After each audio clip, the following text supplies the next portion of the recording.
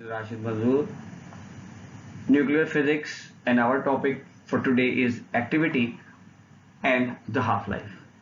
So let's start. Before I continue,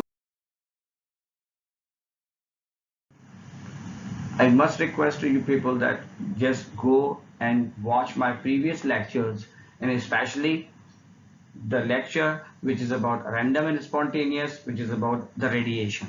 आप जरा please उसको जाके देखें और फिर इस लेक्चर को व्यू करें. So half-life. Half-life is the time in which half of the nucleus to decay.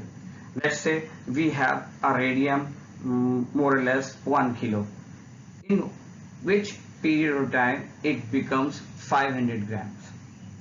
अगर मेरे पास एक और एग्जाम्पल ले लें कि अगर मेरे पास 10 टेनिस बॉल्स हैं और वो 10 टेनिस बॉल्स एक पर्टिकुलर पीरियड ऑफ टाइम के अंदर 5 रह जाते हैं, तो that particular period of time is called the half life. For example, we have 12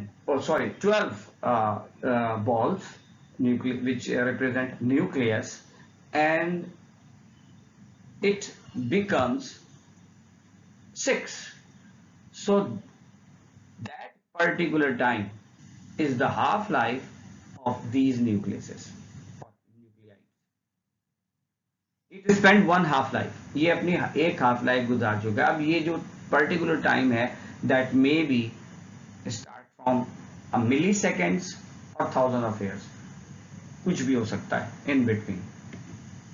इसी स्पेसिफिक टाइम में ये 6 से 3 हो गया, इसका मतलब ये अपनी 2 हाफ लाइफ गुजार चुका है, right. If first attempt was in 1 day and second day, तो 12 न्यूक्लियस एक दिन में 6 हुए, फिर दूसरे दिन में 3 रह गए.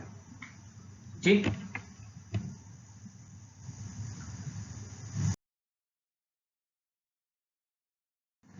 Different radio active isotope have different half lifes. जैसे कि हमने अपने प्रीवियस स्लाइड में बताया कि हर हाफ रेडियो एक्टिव आइसोटोप का हाफ लाइफ डिफरेंट होता है. Radon 220 52 seconds, iodine 25 minutes, radon 3 to 8 days, radium 1600 years, carbon 5600 years, and so on and so on. बहुत सारे रेडिएशन जो है कि आइसोटोप जो हैं उनके डिफरेंट हाफ लाइफ्स होते हैं.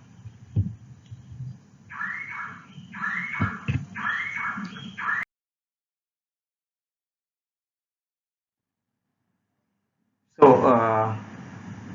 जैसा कि मैंने पिछले लेक्चर से बताया था, एक बार previous lecture, the graph actually I have taken from the previous lecture.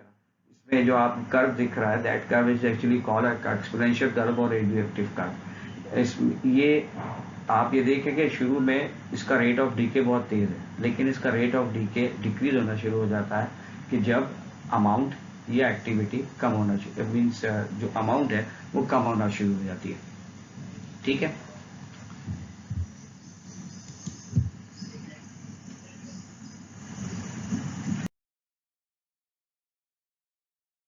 तो ये जो रेडियो एक्टिव डीके है, राइट, और डिसइंटीग्रेशन जो है, इसका काउंट रेट कहलाता है, number of decay per unit time.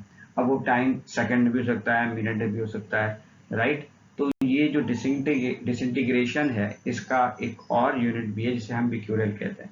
और ऑफ कोर्स ये हमारे सिलेबस का पार्ट नहीं है, लेकिन जस्ट फॉर इंफॉर्मेशन के फॉर एग्जांपल कि अगर कोई एक न्यूक्लियाई 100 न्यूक्लियाई जो है पर सेकंड डिसइंटीग्रेट कर रहा है, तो उसको हम 100 बिक्यूरियल कहता है.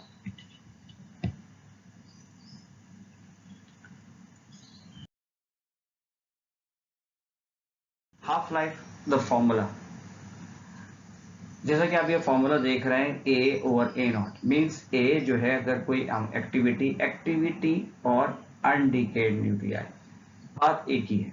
देखिए, अगर एक ग्लास में पानी मौजूद है और वो आधा, उसको हम हाफ कर दें, तो हम ये भी कह सकते हैं वो आधा फिल है, और हम ये भी कह सकते हैं कि वो आधा एम्प्टी है, राइट. हाफ एम्प्टी और हाफ फुल, हम ये दोनों की बात एक ही होगी. और ये हर जो डीके हो रहा है ये हर जो उसका हाफ लाइफ है उसमें ये पूरा आधा हो रहा है, हाफ हो रहा है। तो अनडिकेड हो या एक्टिविटी हो, बात एक ही है। तो फॉर्मूला है A over A naught, right, where A naught is an initial activity और ए जिस स्पेसिफिक टाइम की बात हो रही है उस वक्त की अमाउंट, राइट, 1/2 एक स्प्लिट फैक्टर है, राइट, और T over H, T is the time elapsed, यानी कि जिस टाइम में हम वो अमाउंट चेक करना चाहते हैं कितनी रह गई या कितनी एक्टिविटी हो गई, राइट, उसको हम टाइम elapsed यानी टी कहते हैं और हाफ लाइफ एच रिप्रेजेंट करता है। ठीक, ये एक फॉर्मूला है। ठीक, और इसके साथ हम इसकी एग्जाम्पल देखते हैं।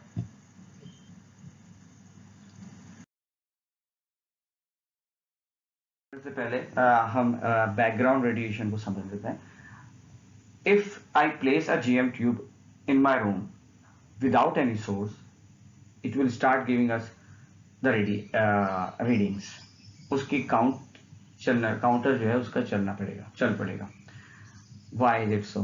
क्योंकि हम अंडर इन्फ्लुएंस रहते हैं बहुत सारे रेडिएशन जो कि हमारे कंक्रीट से, रॉक से, बिल्डिंग से, कोई न्यूक्लियर, अगर आपके घर के कोई घर के नियरेस्ट या थोड़ा सा दूर न्यूक्लियर पावर प्लांट है तो उसके न्यूक्लियर वेस्ट से, हॉस्पिटल्स हैं तो हॉस्पिटल में बहुत सारे ऐसे इक्विपमेंट होते हैं जो कि रेडिएशन बेस्ड होते हैं, राइट, इवन दो कि वो बहुत ज़्यादा प्रोटेक्ट होते हैं लेकिन इसके बावजूद भी कुछ लीकेज या कोई भी छोटी मोटी चीज़ें वहाँ पर होती हैं, राइट। तो उस वजह से या पुराने टेलीविज़न से या एक्सरे मशीन से या फिर आपके कॉस्मोस से जो कि कॉस्मिक रेज आ रही होती है, ऑब्वियसली आपके ओजोन लेयर जो है उसको बहुत प्रोटेक्ट कर लेता है लेकिन फिर भी बहुत माइन्यूट किस्म का अगर वो मौजूद हो रहा है, हम उसे ऑब्जर्व कर रहे हैं, no doubt at certain period of time और सर्टेन अमाउंट हमारे लिए वो हार्मलेस है, बहुत ज़्यादा, मोस्ट ऑफ द टाइम वो हमारे लिए हार्मलेस ही होती है, राइट। तो और उसकी जो रेडिएशन लेवल है वो बहुत लो होती है। मिसाल के तौर पे हम उन्हें बैकग्राउंड रेडिएशन कहते हैं। फॉर एग्जाम्पल, आपके जो ग्राउंड से जो कि रेडॉन वाफिर मकदार में होता है वो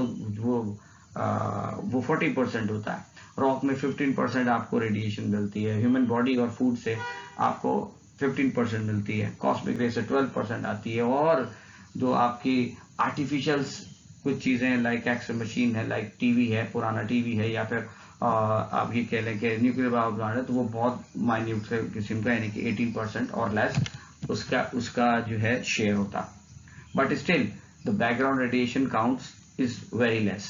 ठीक,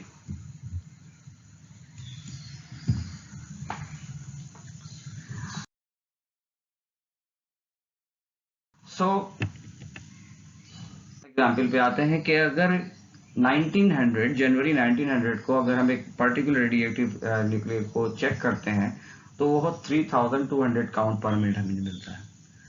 फॉर एग्जाम्पल, अगर उसका हाफ लाइफ, उस सैंपल का हाफ लाइफ 22 ईयर्स है तो 1966 में, जो जनवरी 1966 में वो कितनी रीडिंग दे रहा होगा। ठीक है, तो ये फॉर्मूले में हम उसे पुट करते हैं क्योंकि हमें स्पेसिफिक अमाउंट मालूम करनी है एक पर्टिकुलर टाइम की, तो that represent with A, right. A not हम देख रहे हैं कि वो हमें मिला है जैसे कि 3200, राइट, और 1/2 फॉर्मूला इन 66 ईयर्स बनते हैं फ्रॉम 1966 टू 1900, तो इसका जो डिफरेंस आता है वो 66 ईयर्स आता है। तो टाइम के लिए टाइम elapsed हम 66 ईयर्स रख रहे हैं, और इसका जो हाफ लाइफ है चूंकि 22 ईयर्स है तो एच को हम रिप्लेस कर देंगे 22 से।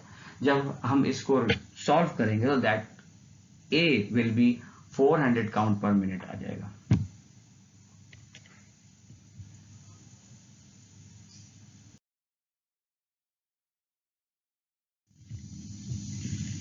अब जरा हम ये देखते हैं कि एक बैकग्राउंड काउंट रेट जो है एक लेबोरेटरी में 10 काउंट्स पर मिनट है, यानी कि हमें बता दिया गया है कि जो भी रीडिंग आएगी उसके अंदर बैकग्राउंड रेडिएशन मौजूद है।